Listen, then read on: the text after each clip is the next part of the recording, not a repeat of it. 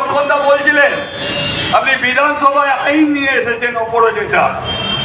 আপনি ভুলে যাচ্ছেন আজ থেকে 4 মাস আগে কেন্দ্রীয় সরকার যে আইন নিয়ে এসেছে আচার সংহিতা, প্রথম যখন নতুন পার্লামেন্ট হাউস তৈরি হলো, এই কেন্দ্রীয় সরকার তখন ওইখানে প্রথম আইন যে পাস করলো, প্রথম যে বিল পাস করলো, সেটা নারী সুরক্ষার বিল পাস করেছিল।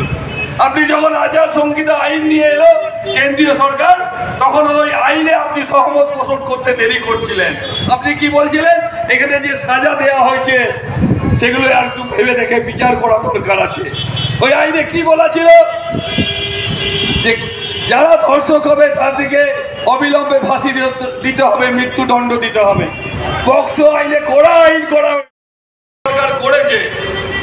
বন্ধুগণ, কুমিরের কান্না দেখে পশ্চিমবঙ্গের মানুষ আর চুপ থাকবে না। পশ্চিমবঙ্গের মানুষ যেভাবে দল নির্বিশেষে রাস্তায় নেমেছে, আপনার গদি হিলে গেছে।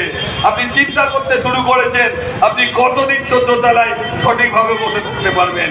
তার জনগণের মাঝে না যেয়ে আপনি উল্টো পাল্টা কথা বলছেন। আপনি ধর্ষকদের রেট ঠিক করে দিচ্ছেন, ধর্ষিতা কিভাবে হয়েছে তা আপনি ঠিক সরকার করেছে। বন্ধুগণ, কুমিরের কান্না দেখে পশ্চিমবঙ্গের মানুষ আর চুপ থাকবে না। পশ্চিমবঙ্গের মানুষ যেভাবে দল নির্বিশেষে রাস্তায় নেমেছে, আপনার গদি হিলে গেছে। আপনি চিন্তা করতে শুরু করেছেন আপনি কতদিন 14 তলায় সঠিকভাবে বসে থাকতে পারবেন। তার জনগণের মাঝে না যেয়ে আপনি উল্টো পাল্টা কথা বলছেন। আপনি ধর্ষকদের রেট ঠিক করে দিচ্ছেন, ধর্ষিতা কিভাবে হয়েছে তা আপনি ঠিক